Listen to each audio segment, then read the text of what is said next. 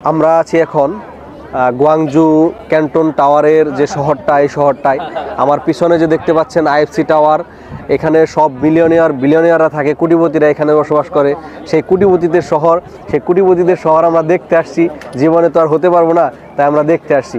চারোদিকের সৌন্দর্যটা যদি আপনারা একবার দেখেন তাহলে বুঝবেন যে আসলে কি। এই যে এই পাশটাতে দেখেন বিশাল বড় ক্যান্টন টাওয়ার, এই ক্যান্টন টাওয়ার তো আছেই, এবং এই পাশটাতে দেখেন যতগুলো বাড়িঘর দেখবেন সবগুলো কত সুন্দর সুন্দর সাজানো গুছানো। আর এই সেটটাতে কি সুন্দর একটা ব্রিজ, দেখেন ব্রিজটা কত সুন্দর করে সাজিয়ে রাখছে। আর এই পাশটার তো আপনাদের দেখালাম যে এই যে আইএফসি টাওয়ার, বিশাল বড় টাওয়ার।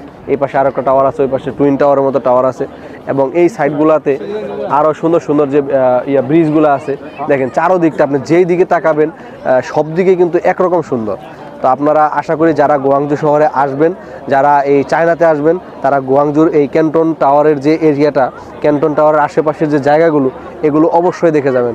ক্যান্টন স্টেশন মেট্রোতে আসবেন, এখানে এসে এক্সিট এ দিয়ে বের হলে তারপরে এই পুরো সৌন্দর্যটা আপনারা দেখতে পাবেন। মানে এত সুন্দর জায়গা আমি কি বলবো, আমি এখানে আসার পর সত্যি অভিভূত হয়ে গেছি, আমি মানে অবাক হয়ে গেছি। আর এখানকার সৌন্দর্য দেখে আমার মনে হচ্ছে শালা কি লাইফ এদের, এরা কত সুন্দরভাবে বসবাস করে।